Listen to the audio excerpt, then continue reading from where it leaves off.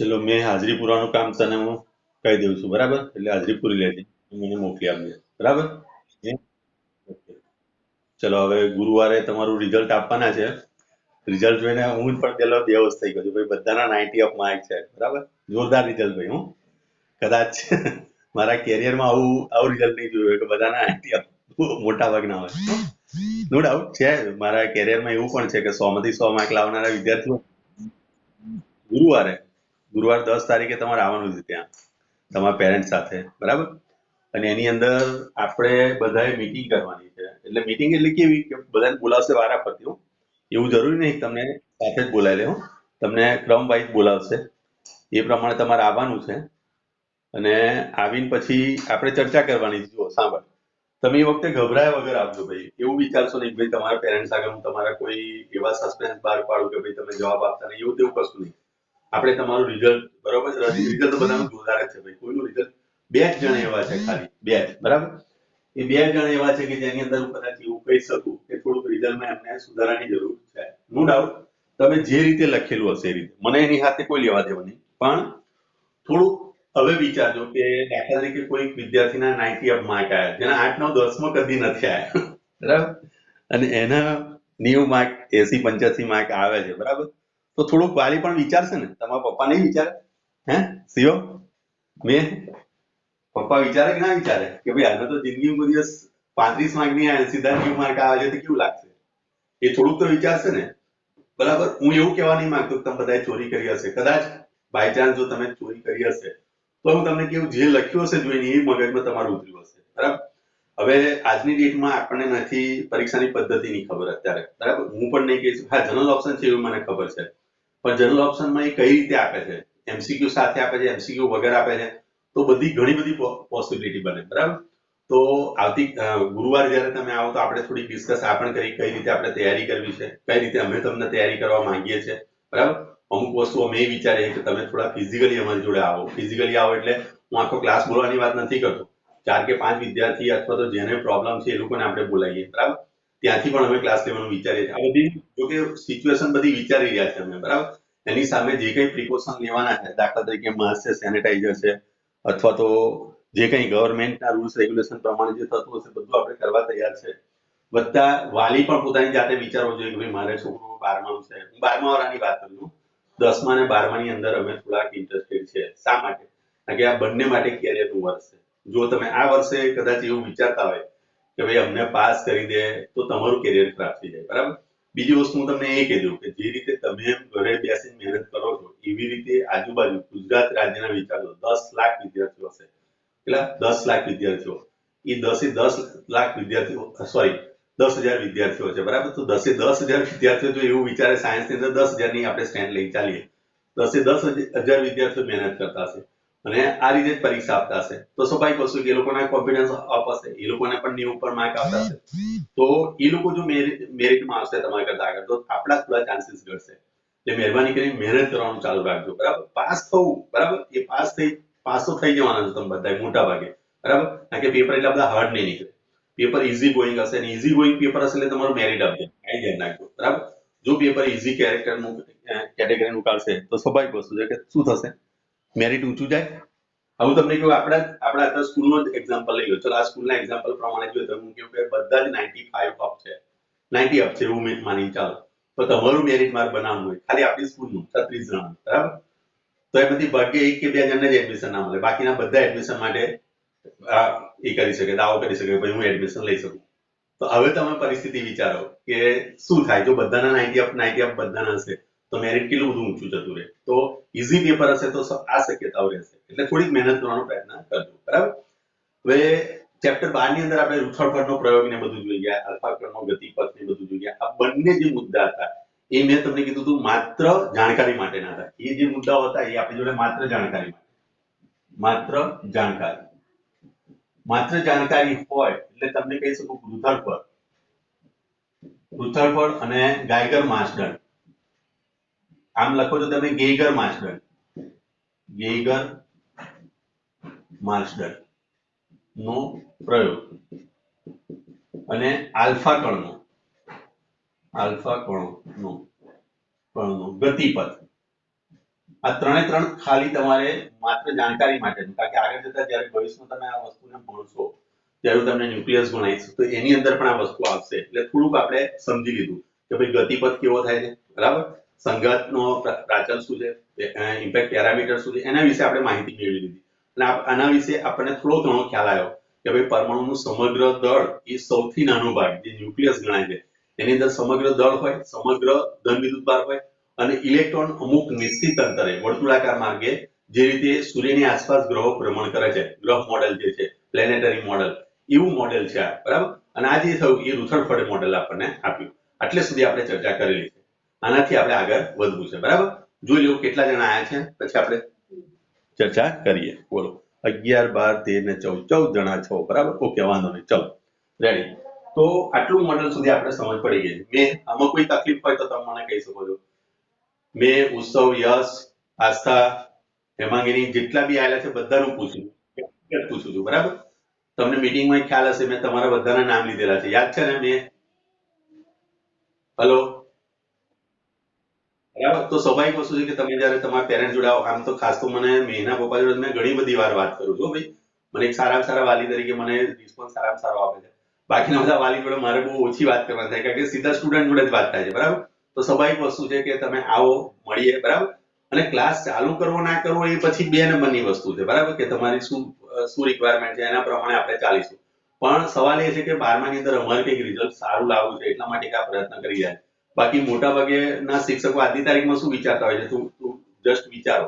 એક તો પગાર તમને રેગ્યુલર મળતો ના હોય, બરાબર, છતાં પણ અમે એવું વિચારતા હોઈએ કે ભાઈ ચલો તમે લોકો આવો, તમારું ભવિષ્ય સુધરે, કારણ કે તમારું ભવિષ્ય સુધરશે તો આવનાર ભવિષ્યમાં અમને કોઈ બેનિફિટ મળશે કે ભાઈ ચલો આવતા વર્ષે કંઈક અમારી સંખ્યા વધે, બરાબર, સ્કૂલનું નામ સારું થાય અને જે કઈ વસ્તુ થઈ છે એને આપણે રિપેર કરવી છે. તો સ્વાભાવિક વસ્તુ થોડોક તમારો સપોર્ટ જોઈએ અને તમારું કેરિયર બનશે. આ વસ્તુ વિચારજો, આનું બેનિફિટ. તમે એવું વિચારીને ચાલશો નહીં કે ભાઈ પરીક્ષા લેવાની નથી એવું તો વિચારશો જ નહીં, બરાબર. કોઈ પણ સંજોગોમાં 10માની ને 12માની એક્ઝામ થાય કોઈ પણ સંજોગોમાં ઘેર કોરોના ફેલાઈ જશે તો તમારી પરીક્ષા થશે. બાકી હું તમને ગેરંટી સાથે કહું, તમે એવી કોઈ ભ્રમણામાં રહ્યા હોય કે ભાઈ અમને પાસ કરી દેશે એવું શક્ય નથી. જો 12માં બધાને પાસ કરી દે તો રિઝલ્ટ તો એડમિશન કઈ રીતે થાય, આ વસ્તુ વિચારજો, બરાબર.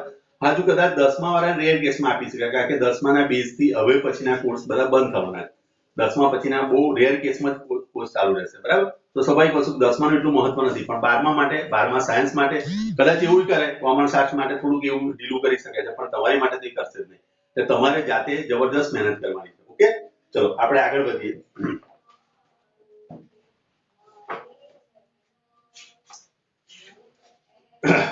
હવે આપણા સિલેબસમાં ઉદાહરણ 11.1 અને 11.2 નથી, આ પણ કાઢી નાખજો. ઉદાહરણ 12.1 અને 12.2 કટ કરજો, આ નથી આપણને, બરાબર. એટલે આ તમને પૂછશે નહીં. એના પછી આવે છે ઇલેક્ટ્રોનની કક્ષાઓ. ઇલેક્ટ્રોનની કક્ષાઓ સમજાવી કુલ ઉર્જાનું સૂત્ર તારવી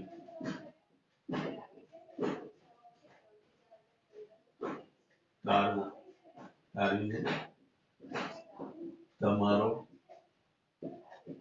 અભિગમ વ્યક્ત. 3 માર્કનો સવાલ બની શકે, બરાબર. ઇલેક્ટ્રોનિક કક્ષાઓ. હવે રુથરફોર્ડનું મોડેલ શું કહે છે? રુથરફોર્ડના મોડેલ મુજબ આપણે જે ભણી ગયા કે રુથરફોર્ડના ન્યુક્લિયર મોડેલ મુજબ શું કહે છે કે પરમાણુ સમગ્ર દળ અને સમગ્ર ધન વિદ્યુતભાર એ તેના કેન્દ્રમાં કેન્દ્રિત થયેલો છે, જેને આપણે શું કહે છે, ન્યુક્લિયસ કહીએ છીએ. એટલે કોઈક વાર તમને પ્રશ્ન થાય કે રુથરફોર્ડે શું કામ કર્યું, રુથરફોર્ડે આપણને શું આપ્યું? તો રુથરફોર્ડે આપણને એક સરસ વસ્તુ આપી છે, એ છે આપણી જોડે ન્યુક્લિયસ, બરાબર. તો ન્યુક્લિયસ એ આપણને રુથરફોર્ડે આપેલું છે, બરાબર. તો રુથરફોર્ડના આ પ્રયાસો જે છે એનાથી આપણે આજની તારીખમાં આધુનિક વિજ્ઞાન પ્રમાણે આપણને ખબર પડે છે કે ભાઈ આ વસ્તુ શું છે, તો ન્યુક્લિયસ છે, બરાબર. જેની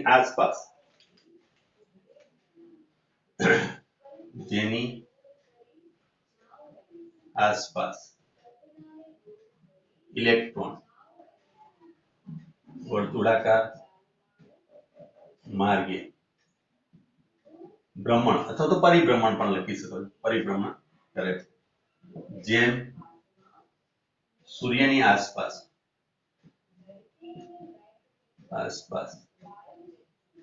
તેના ગ્રહો પરિભ્રમણ કે ભ્રમણ કરે છે તેમ, બરાબર. હવે તમને યાદ હશે કે 11મા ધોરણમાં થોડું તમને એટલું તો યાદ હશે, બરાબર. નોર્મલ લાઈફની અંદર પણ આપણે સાયન્સમાં છે તો સાયન્સનો સ્ટુડન્ટને એટલી તો ખ્યાલ પડે જ કે ભાઈ સૂર્યની આસપાસ પૃથ્વી ફરે છે. સૂર્ય અને પૃથ્વી વચ્ચે કયું બળ હોય, તો ગુરુત્વાકર્ષણ બળ હોય. અને આ ગુરુત્વાકર્ષણ બળ એને વર્તુળાકાર માર્ગે જરૂરી એવું કેન્દ્રગામી બળ પૂરું પાડે. આ પણ તમને ખ્યાલ હશે. હેલો, ચલો, યસ આવી ગયો. ચલો, તો સ્વાભાવિક વસ્તુ છે કે સૂર્યની આસપાસ, દાખલા તરીકે સૂર્ય છે એટલે સૂર્યની આસપાસ કોઈ ગ્રહ ભ્રમણ કરે છે આ રીતે વર્તુળાકાર માર્ગે. દાખલા તરીકે આ ગ્રહ છે, પૃથ્વી પણ તમે લઈ શકો. આ બંને વચ્ચેનું અંતર r છે. તો સ્વાભાવિક વસ્તુ છે કે અહીંયા આગળ વર્તુળાકાર માટે જરૂરી એવું કેન્દ્રગામી બળ એ આ બંને વચ્ચે લાગતા ગુરુત્વાકર્ષણ બળ વડે પૂરું પાડવામાં આવે છે. તો અહીંયા આગળ તમને ખબર, અહીંયા આગળ એ પણ ખબર હોવી જોઈએ કે જે રીતે સૂર્યની આસપાસ ગ્રહ ફરે એવી રીતે અહીંયા આગળ કોણ ફરે છે, તો ન્યુક્લિયસની આસપાસ વર્તુળાકાર માર્ગે કોણ ફરી રહ્યો છે, ઇલેક્ટ્રોન. તો એનો મતલબ એ થયો કે અહીંયા આગળ તો આપણે એવું વિચારવા જઈએ કે આ ન્યુક્લિયસ છે, આને હું ન્યુક્લિયસ લઉં છું, બરાબર. અને એની આસપાસ ઇલેક્ટ્રોન વર્તુળાકાર માર્ગે ભ્રમણ કરે.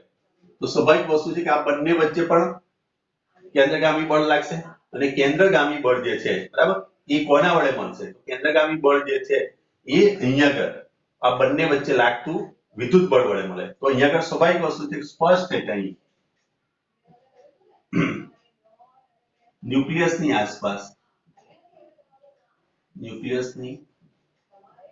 આસપાસ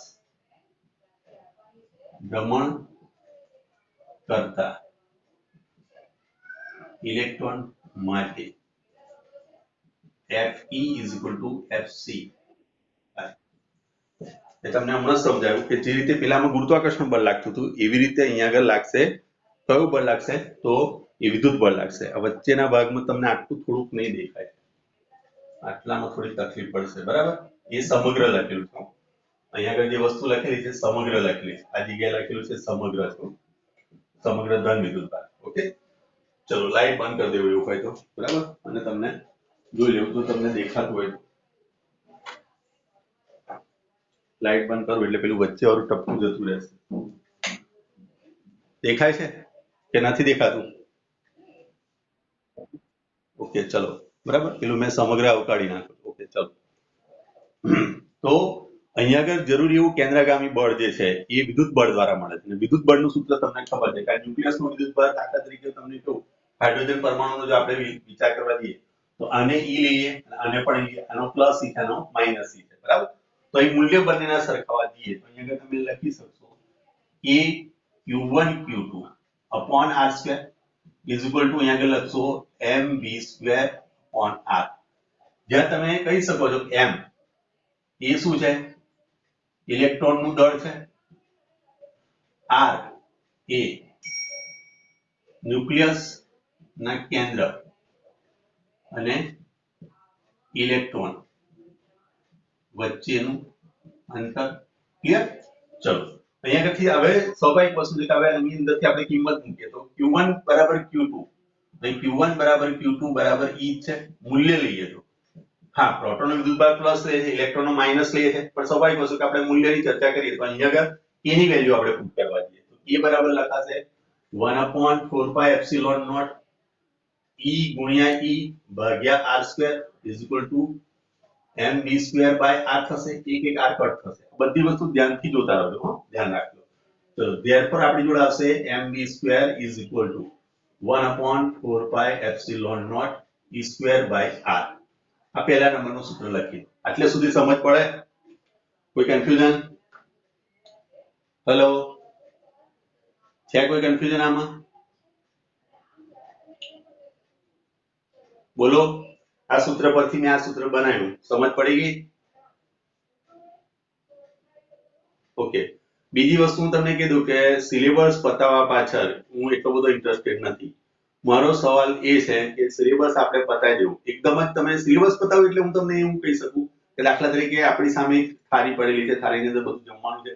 જમવાનું આપણે બે હાથે જ આપોટી ગયા છે, બંને હાથે. બાવો બે હાથે ખાય એ રીતે બાવાની માફક આપણે દળાદળ ખાઈ લીધું.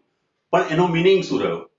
તમે કોઈ પણ વસ્તુનું ફિલિંગ કરો, બરાબર? દાખલા તરીકે ઠંડો ઠંડો પવન લાગતો તો આપણે આમ આરામથી ફિલિંગ કરી દઈએ, બરાબર? તો એક મજા આવે, ઠંડો પવન ખાવાની પણ મજા આવે. ઠંડો તડકો સવારમાં હોય 7 થી 9 વાગ્યા સુધીનો જે તાપ છે તો ધીરે ધીરે આપણે તાપમાં બેઠા તો ધીરે ધીરે તડકો લાગે તો મજા આવે. પણ ખરાબ બપોરે આપણે તાપ ખાવા જઈએ જ. તો એ વસ્તુ છે કે સિલેબસ જે તમારો છે એની પાછળ એકદમ ના પાડશો. તમે એને સમજી વિચારીને ચાલજો. જેટલું ખાવશો તમે, બરાબર, જેટલું પચે એટલું ખાવ. હું તમને એવું કહું છું. ચલો ભાઈ બંટી આવી ગયો, બરાબર. નો ડાઉટ બંટી વિશે મેં એવું પણ કીધું હતું કે બંટી મને થોડો નો ડાઉટ એની હાજરી છે 100%, બરાબર. અને મેં એને જયારે આવ્યો ત્યારે મેં તને કીધું, એને કીધું હતું કે ભાઈ તને મારે પાસ જોવો છે, જયારે બી તું રિઝલ્ટ લઈ જઈશ તું પાસ જ દઈશ, બરાબર. પણ થોડું કોઓપરેશન મારે જોઈએ. થોડું કોઓપરેશન એટલે તમે આવો, આપણે સમજીએ, ડિસ્કસ કરીએ કે ભાઈ મારે આગળ કઈ જગ્યાએ મહેનતની કચાશ પડે છે. એ સબ્જેક્ટ ટીચર જોડે તમે ચર્ચા કરશો તો મેળ પડશે. આ તમે સીધા ઓફિસમાં આવી જતા રહો, ઓફિસમાં પેલા કોઈ બી બેઠા હોય, પેલા મેડમ બેઠા હોય ને એમની જોડે તમે મળી જતા હોય તો એ મિનિંગ લેશે. કારણ કે એ તમને બહુ બધો ફી બાબતે ચર્ચા કરશે. તમને રેગ્યુલર બહુ બધો તમે રેગ્યુલર આવો એ બાબત કરશે. ઓળખે તો અમે તમને, આપણા બે વચ્ચે રિલેશન છે ને, તો તમે એ દિવસે આવો અને આપણે ચર્ચા કરીએ કે ભાઈ શું કરવું છે, આગળનું ડિસિઝન શું છે. આપણે એક જંગ લડવાની છે અને આ જંગ જીતવાની છે. એટલે તમે બધા થોડોક સપોર્ટ કરીને આવો. તમને જે પ્રમાણે રોલ નંબર પ્રમાણે બોલાવે એ પ્રમાણે તમે આવો, ગુરુવારે આપણે ચર્ચા કરીએ, બરાબર. કોઈ બાકી ના રહેતા ભાઈ. ચલો અહીં ધ્યાન આપી દો. હવે આપણે જાણીએ છીએ કે કુલ ઉર્જા, તંત્રની કુલ ઉર્જા બરાબર, તંત્રની કુલ ઉર્જા યાની કે યાંત્રિક ઉર્જા, જે આપણે ભણીને આવ્યા છે, યાંત્રિક ઉર્જા બરાબર. ઘણા બધા આગળ ભણ્યા આપણે. ગતિ ઉર્જા વત્તા સ્થિતિ ઉર્જા, આ સૂત્ર છે આપણી જોડે. ગતિ ઉર્જા વત્તા સ્થિતિ ઉર્જા. હવે ગતિ ઉર્જાનું સૂત્ર તમને યાદ હશે. ગતિ ઉર્જા બરાબર શું લખાય? તો ગતિ ઉર્જા નોર્મલ લાઈફ ની અંદર આપણે એવું લખીએ છીએ 1/2 mv². ક્લિયર? 1/2 mv² છે તો અહીંયા જો mv² ની કિંમત તમારી જોડે છે તો ઇક્વેશન 1 ને 2 વડે ભાગવાથી આપણને શું મળશે? 1/2 mv² મળશે. એટલે ગતિ ઉર્જા મળી જશે. તો આપણે અહીં લખો તો ઇક્વેશન 1 ને 1/2 વડે ગુણતા તો આપણી જોડે ગતિ ઉર્જા is equal to 1/2 mv² is equal to 1/2 ગુણ્યા આ mv ની કિંમત છે એ તમારી જોડે છે 1/4πε0 e²/r. that means કે ગતિ ઉર્જા kinetic energy is equal to 1/8πε0 e²/r. આને ઇક્વેશન 2 અપાય. બોલો સમજ પડી આમાં? એકદમ સિમ્પલ વે થી મેં તમને સમજાવ્યું છે. અને આ દાખલો કે આ જે થિયરી છે તમને પરીક્ષામાં પૂછવાની છે, ધ્યાન રાખજો. કુલ ઉર્જાનું સૂત્ર તારો અને તમારો અભિગમ વ્યક્ત કરો. તમે શું કહેવા માંગો છો એમ બોલો. છે કોઈ કન્ફ્યુઝન? મેં, ઉત્સવ, આશા, બાકીના બધાના નામ બરાબર, પ્રતીક, યશ, ક્રિસ, કોઈ કન્ફ્યુઝન આમાં? એટલે સુધી ઓકે? ઓકે ચલો. હવે અહીંયા આગળ જુઓ. હું કાઢી દઉં છું, વિડીયો મૂકવાનો છું, બરાબર, ચિંતા ના કરશો.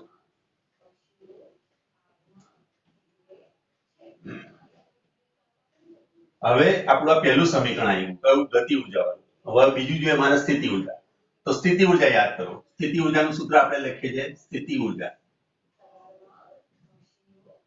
જેને ઇંગ્લિશમાં કહેવાય potential energy, is equal two આપણે લખતા હતા કે Q1 Q2 અપોન r ના આગળ માઈનસ નિશાની. તો સ્વાભાવિક વસ્તુ છે કે આના પરથી આપણે કિંમત મૂકીએ તો -ke²/r. હવે કોઈનો સવાલ એવો થાય કે ભાઈ સ્થિતિ ઉર્જા હંમેશા માઈનસ કેમ લેવાય, બરાબર? ચલો, જેને કોઈ એવો સવાલ થાય કે મને કહો તમે કે મને આ સવાલ એવો થયો કે સ્થિતિ ઉર્જા હંમેશા માઈનસ કેમ લેવાય, તો એની પણ આપણે ચર્ચા કરી લઈશું, બરાબર? કારણ કે આ વસ્તુ પણ તમને વાઇવામાં કદાચ બીજું પરીક્ષા થાય પ્રેક્ટિકલની તો વાઇવામાં પૂછી શકે છે, બરાબર? ચલો, તો સ્થિતિ ઉર્જાનું આ સૂત્ર આપણે જોડાયું અને આના બરાબર લખાય 1/4πε0 e²/r. આને ઇક્વેશન નંબર આપી દો 3. ક્લિયર? Therefore યાંત્રિક ઉર્જા E બરાબર તમે લખશો kinetic energy plus potential energy therefore આ બંને ઇક્વેશનનો આપણે ઉપયોગ કરીએ કાઇનેટિક એનર્જી આપણી જોડે કેટલી આવી 1/8 pi epsilon naught બરાબર E square by r અને પ્લસ અહીં અંદર ઇન બ્રેકેટ લખું છું 1/4 pi epsilon naught E square by r minus નિશાની બહાર લઈ લો તમે 8 pi epsilon naught E square by r minus E square by 4 pi epsilon naught r એટલે તમને જાણીને આશ્ચર્ય થશે કે ભાઈ ઇંગ્લિશ મીડિયમ કરતા ગુજરાતી મીડિયમના છોકરા ભાઈ હોશિયાર છો તમે બરાબર એટલીસ્ટ મારે એવું તો કેવું નહીં પડતું ને કે અહીંયા આગળ 2 ગુણમાંથી આ 4 ગુણા 8 હે એટલી જ સમજ પડે ને આપણે દરેકને એટલી સમજ ના હોય એવું તો નથી બનતું ને કે 4 ગુણ્યા 2 કરવાથી 8 આવે તો 12 સાયન્સની અંદર એવા વિદ્યાર્થી છે કે જેને 4 ગુણ્યા 2 ની સમજ નથી તો આ વસ્તુ ચાલજો એના કરતા તો આપણે બેટર છે બરાબર ભલે ઇંગ્લિશે બોલી શકતા હશે પણ આપણે ગણતરી કરી છે કે language is not necessary language એ અગત્યની નથી ભાઈ તમે ઇંગ્લિશ સારું બોલી શકતા હોય એનાથી કોઈ લેવા દેવા નથી તમે સારું વિચારી શકતા હોય એ જરૂરી છે અને મેથ્સનો વિચાર આવવો જોઈએ 4 દુ 8 થાય એની સમજ નથી અમુક બરાબર એ વસ્તુ વિચારતો તો પછી વર્ગ શું છે ઘન શું છે તો છેદ ઉડાડવાના આ બધી વસ્તુમાં તો આપણને ખબર પડે જ છે બરાબર હા અને બાય ચાન્સ જો તમારાથી કોઈ એવું હોય તમને હજી એવું કેવું કે જો બાય ચાન્સ હોય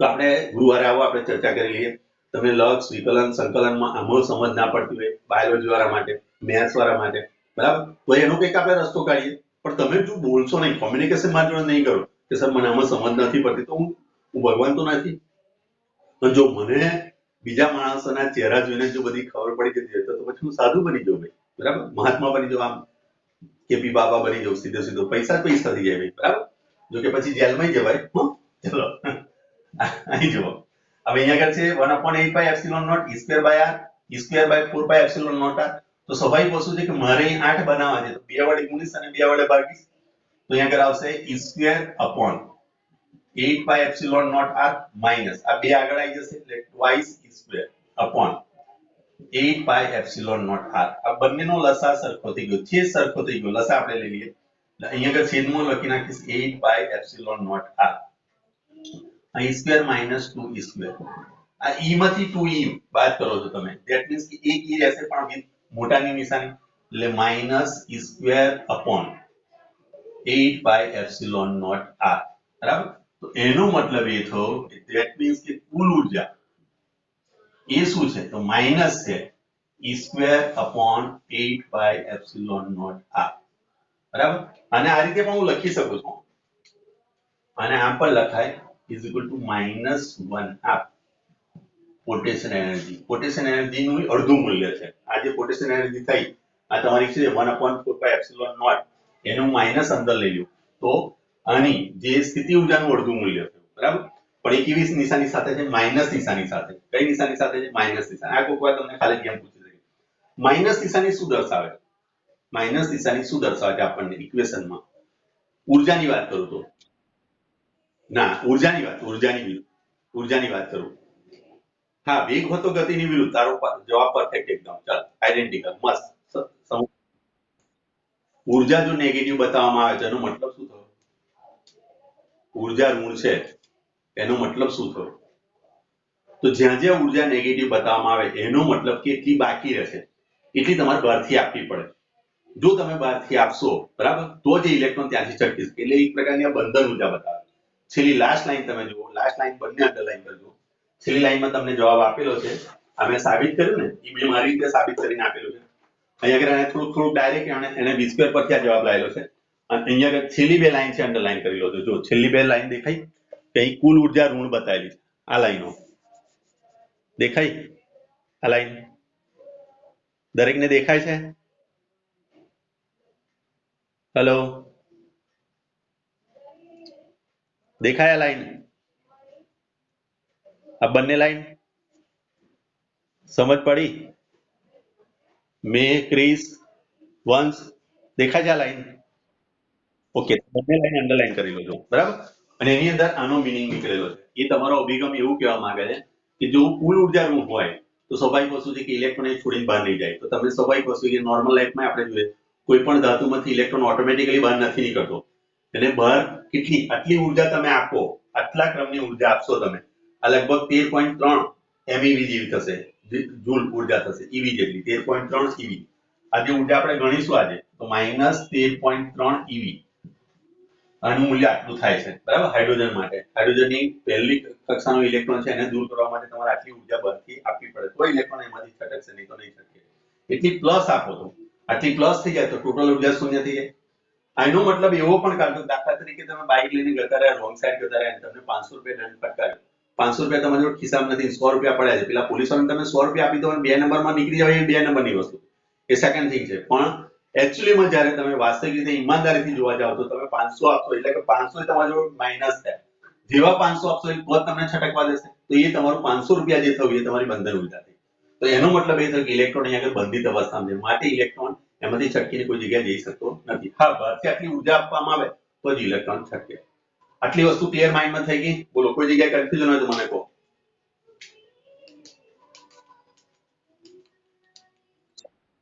ફરીવાર ઓકે, ચલો અહીં ધ્યાન આપો કે આપણે કુલ ઉર્જા લીધી, કુલ ઉર્જા બરાબર આપણે શું ગણીએ છીએ?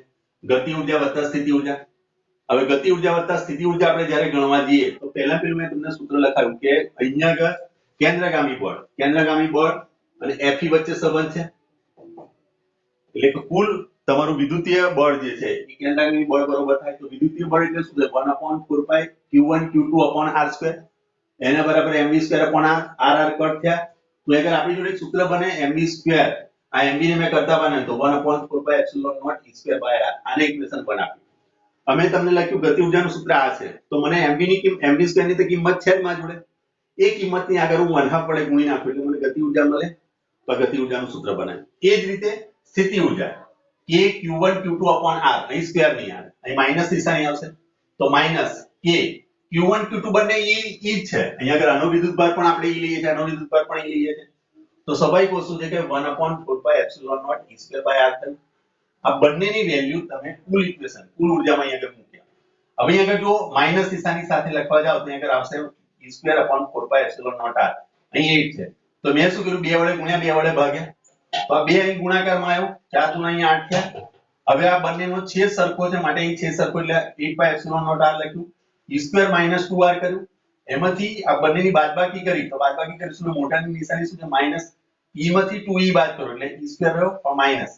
આ જે ઉર્જા બતાવે છે એ ઋણ બતાવે છે. ઋણ શા માટે બતાવે છે? તો એ એવું કહેવામાં આવે છે કે જ્યારે ઇલેક્ટ્રોન અહીં વર્તુળાકાર માર્ગે ફરે છે તો આ ન્યુક્લિયસના બંધનમાં છે, એટલે કે એ બંધન ઉર્જા છે. આ ટાઈપની આ જે કુલ ઉર્જા બતાવે છે નેગેટિવ બતાવે છે, એનો મતલબ કે શું છે?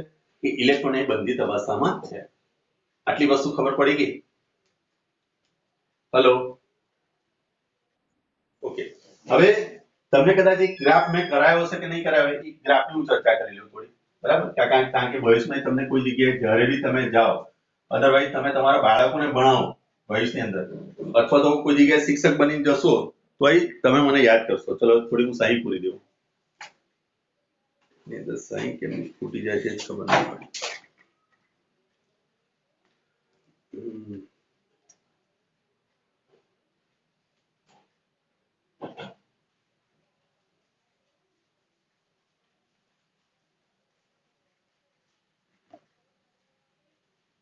ગુરુવાર ભાઈ દરેક આવજો અને ચર્ચા કરજો અમારી જોડે, કે અમને સારું લાગશે, બરાબર? કે આપણે એનો નિકાલ લાવીએ, બરાબર? ચલો હવે જો જેટલા બી પ્રાયોગિક પુરાવા થાય આંતર આણ્વિક અથવા તો આંતર પરમાણિક જે બળો જે છે એ બળોને માટેનું સમીકરણનું એક સૂત્ર જે આલેખ છે આ રીતનો છે. આને યાદ રાખજો, આ અંતર, આ બળ, આ F, આ F અને આ 0, આ નેગેટિવ બળ છે, આ પોઝિટિવ બળ છે, આ બાજુ પોઝિટિવ, આ બળ નીચેની તરફ છે એટલે માઈનસ બળ છે. હવે જે નેગેટિવ બળ હોય એ હંમેશા આકર્ષણ બતાવે, આકર્ષણ દર્શાવે, આ યાદ રાખજો. આ જે પોઝિટિવ બળ છે એ અપાકર્ષણ બતાવે,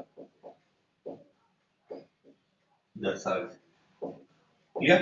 હવે એને અનુરૂપ સ્થિતિ ઉર્જા વિરુદ્ધ અહીંયા આગળ આ સ્થિતિ ઉર્જા છે U, U એટલે પોટેન્શિયલ એનર્જી, જે હમણાં આપણે લખી હતી કઈ k q1 q2/r with minus sign વાળી. તો આ સ્થિતિ ઉર્જા તમારી જોડે અહીં માઈનસ સાઇન શા માટે છે હું સમજાવું તમને. હવે અહીંયા આગળ r0 અંતર થયું, આ R0 અંતર એટલે આપણા તમામે તમામ કોઈ પણ તંત્ર હોય એ R0 અંતરે જ રહેવાનો પ્રયત્ન કરે, કારણ કે જો R0 અંતર જુઓ તમે, R0 અંતરે બંને બળોનું મૂલ્ય શું આવે છે? શૂન્ય આવે છે. એટલે આપણી પર કોઈ પણ પ્રકારનું બળ ના લાગે, બરાબર? કોઈ પણ પ્રકારનું બળ ના લાગે આપણી પર, તો આપણે સંતુલનમાં છે. અત્યારે હું સંતુલનમાં ઉભો છું, ભલે આમ તેમ કરી શકું, પણ મારું તંત્ર સ્ટેડી છે. આ મોબાઈલ પણ સ્ટેડી છે, આ પણ સ્ટેડી છે. તો બધા માટે, અંદરના ઘટકો માટે કાં તો બાહ્ય બળ માટે, દરેક સ્થાન માટે તમે જોઈ શકો કે R0 અંતરે બધા બળો એના સંતુલનમાં આવી જાય. સંતુલન સ્થિતિ છે માટે અહીંયા આગળ કહીશું એ સ્થાયી તંત્ર થયું. અને કોઈ પણ તંત્ર સ્થાયી અવસ્થામાં રહેવાનો પ્રયત્ન કરે. હું અત્યારે સ્થાયી અવસ્થામાં છું અત્યારે, પણ જો હું એક પગે ઉભો રહ્યો આ રીતે, તો કેટલી મિનિટ ઉભો રહ્યો? 1 મિનિટ, 2 મિનિટ, 3 મિનિટ, 4 મિનિટ, બહુ તો 10 મિનિટ, બહુ તો કલાક. પણ પછી કલાક પછી મારું બેલેન્સ બગડશે. શા માટે? કારણ કે હું સ્થાયી અવસ્થામાં નથી. તો સ્થાયી અવસ્થામાં ન હોય એને કહેવાય અસ્થાયી અવસ્થા. તો સ્થાયી અવસ્થા માટે દરેક જણ શું કરે? R0 પર રહેવાનો પ્રયત્ન કરે. તમે, હું, તમે પણ બેન્ચીસ પર બેસો તો બસ આરામથી બેસવાનો પ્રયત્ન કરશો, બરાબર? એક પગે બેસવાનો પ્રયત્ન નહીં કરો. ક્લિયર? તો સ્વાભાવિક વસ્તુ છે કે દરેક તંત્રનો ઘટક આઈધર ઇલેક્ટ્રોન હોય, પ્રોટોન હોય, કે વિશ્વ બ્રહ્માંડનો કોઈ પણ ગ્રહ હોય, ઉપગ્રહ હોય, સૂર્ય હોય, ચંદ્ર હોય, તારા હોય, ગમે તે ગ્રહની તમે વાત કરો, બધા R0 અંતરે રહેવાનો પ્રયત્ન કરે. કારણ કે R0 અંતરે શું થાય? આકર્ષણ બળ અને અપાકર્ષણ બળ સરખા મૂલ્યના અને પરસ્પર વિરુદ્ધ થાય. માટે કુલ બળ શૂન્ય થઈ જાય. કુલ બળ શૂન્ય થઈ જાય તો ન્યૂટન ગતિનો પહેલો નિયમ આપણને એવું કહેવા માંગે છે કે જેનું પરિણામી બળ શૂન્ય હોય તો સ્થિર પદાર્થ સ્થિર રહે અને ગતિમાન પદાર્થ અચળ વ્યક્તિની ગતિ ચાલુ રાખે. આ પરિસ્થિતિ છે આપણી જોડે, બરાબર? હવે એની ઉપર સ્થિતિ ઊર્જાનો જે ગ્રાફ દોરવામાં આવે છે, એ ગ્રાફ આવો આવે છે. આ રીતનો આલેખ આવે છે, બરાબર? આ આલેખ. તો અહીંયા આગળ તમે જોઈ શકો કે આ સ્થિતિ ઊર્જાનું મૂલ્ય પોઝિટિવ થયું અને આ સ્થિતિ ઊર્જાનું મૂલ્ય નેગેટિવ થયું. તો જેની સ્થિતિ ઊર્જા નેગેટિવ હોય, આ આલેખ પ્રાયોગિક પુરાવો છે. આ પ્રયોગો બતાવે છે, પ્રાયોગિક પુરાવા. પ્રાયોગિક પુરાવા આપણને એવું બતાવે છે કે તમે જોઈ શકો છો જેની સ્થિતિ ઊર્જા નેગેટિવ, આ ઋણ બતાવે છે. જેની સ્થિતિ ઊર્જા ઋણ છે એની માટે શું થયું? R0 અંતર મળે છે. અને R0 અંતર એટલે કઈ અવસ્થા? સ્થાયી અવસ્થા. એટલે કોઈ પણ તંત્ર એની સ્થિતિ ઊર્જા હંમેશા કેવો બનાવવાનો પ્રયત્ન કરશે? નેગેટિવ બનાવવાનો પ્રયત્ન કરે. હું, તમે અથવા તો વિશ્વ બ્રહ્માંડનું કોઈ પણ તમે તંત્ર લઈ લો, ઇલેક્ટ્રોન, પ્રોટોન, ન્યુટ્રોન, અંદરની ન્યુક્લિયસની અંદરની વાત લઈ લો, બહારની વાત લઈ લો, કોઈ પણ તંત્ર લઈ લો, બ્રહ્માંડનું કોઈ પણ તંત્ર, એ હંમેશા કઈ જગ્યાએ રહેવાનો પ્રયત્ન કરશે? નેગેટિવ સ્થિતિ ઊર્જાએ પ્રયત્ન કરશે. કારણ કે નેગેટિવ સ્થિતિ ઊર્જાને અનુરૂપ એનું અંતર કયું રહે? R0. અને R0 અંતરે જ બધા બળો કેવા થાય? એકબીજાના સમાન મૂલ્યના વિરુદ્ધ દિશાથી જાય. નેટ ફોર્સ એનો 0 થઈ જાય. આ એનું આખું સ્ટ્રક્ચર છે અને આખું ફિઝિક્સ છે ભાઈ. તમે કદાચ દુનિયામાં એવું કહી શકો કે જો તમે આગળ જાઓ, કોઈ જગ્યાએ જ્યારે ફસાઓ, ત્યારે આ સૂત્રનું જો તમે એક્સપ્લેનેશન કરો, તમારું ફિઝિક્સ પાવરફુલ છે એમ કહેવાય, બરાબર? અને જો તમે આ રીતે એનું એક્સપ્લેનેશન આપશો, તમને એમ પૂછશે તો ખરા કે ભાઈ કઈ સ્કૂલમાં ભણ્યો છો, કઈ કોણે તને ભણાવ્યું? આ વસ્તુ તમને પૂછશે, બરાબર? હું એવી બડાઈ નથી માનતો, બરાબર? પણ વર્ષે મારા 3-4 એડમિશન MBBS માં હતા જ ભાઈ, બરાબર? આ વર્ષે કદાચ આ વર્ષે જોઈએ છે હવે, બરાબર? તો પાછો મારો ઇતિહાસ સારો જ છે, તો સ્વાભાવિક વસ્તુ છે કે આવનાર ભવિષ્ય પણ હું સારું બનાવવાનો પ્રયત્ન કરું છું. તો સ્વાભાવિક વસ્તુ તમે ફીનો ને એનો બધાનો સ્ટ્રક્ચર મગજમાં લઈને આવશો. આવો તો આપણે સીધી આ મુક્ત મને વાત કરીએ, બરાબર? તો સ્વાભાવિક વસ્તુ છે કે દરેક છોકરીઓ, છોકરાઓને દરેકને હું કહું છું તમે આવો, તમારા જે કંઈ કન્ફ્યુઝન હોય આપણે દૂર કરીએ. મારે રિઝલ્ટ સારું લાવીને બતાવો, બરાબર?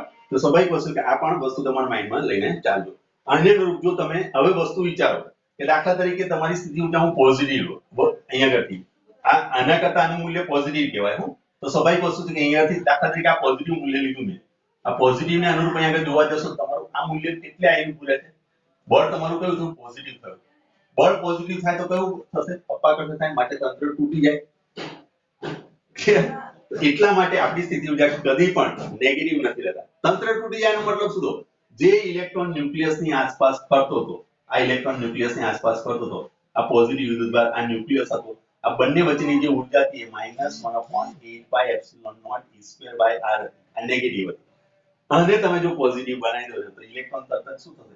અપાકર્ષણ થઈ જશે, તરત છટકી જશે, એટલે છટકી જાય. એ અર્થમાં આની બંધન ઊર્જા છે. બોલો હવે મગજમાં ઉતર્યું? કોઈ કન્ફ્યુઝન હોય તો મને કહો. છે કોઈ કન્ફ્યુઝન? મે, વંશ, જોય, આલેખને યાદ રાખજો, બરાબર? MSc કરશો કે આગળ તમે જશો તો પણ આલેખને અનુરૂપ તમે જવાબ આપજો, બરાબર? ખુશ થઈ જશે સામેવાળી વ્યક્તિ, બરાબર? ક્લિયર? આ ન્યુક્લિયર ફિઝિક્સનો ઇરવિન કાપલાન જે કરીને છે, ન્યુક્લિયર ફિઝિક્સ સૌથી સારામાં સારી બુક છે ન્યુક્લિયર ફિઝિક્સની, મને બહુ પસંદ છે, બરાબર? એ બુક તમે જોશો, ભવિષ્યમાં આગળ જો ન્યુક્લિયર ફિઝિક્સ તમે કરશો તો આ બધી વસ્તુ આવશે, બરાબર? ચલો આગળ જઈએ હવે.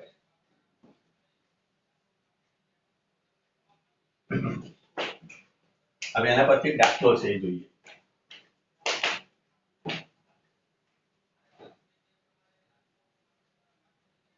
હવે અહીંયા આગળથી યાદ રાખવા જેવી વસ્તુ કઈ છે એ હું તમને કીધું.